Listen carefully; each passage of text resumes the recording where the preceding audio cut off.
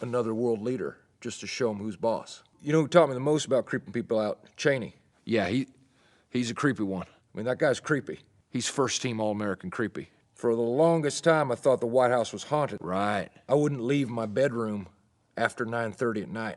Turns out it was Cheney wandering around in there, banging on things and walking around with like a gas lantern, looking for stuff. And I'm like, what are you doing, man? Where do you think you got a lantern? I don't know. Lynn Cheney is a big collector of antiques, lanterns and antique pistols, old dresses from the prairie. I remember I once saw Cheney naked in the shower. That creeped me out. He's just a creepy dude. Creeped me out and made me sick to my stomach. He just looked at me, let out a high-pitched scream. It shattered all the windows in the bathroom, and then he disappeared. Yeah. Just like that. Like a shapeshifter. Yeah. Okay, enough with the easy questions. Let me ask you something some might consider a little below the belt. Are you really the decider?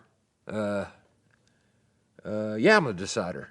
Okay, I get it, you are. Because I have decision-making abilities that allow me to think of thoughts and have it transfer through my brain, out my mouth hole, and then into your ears. I heard it. That was high and tight.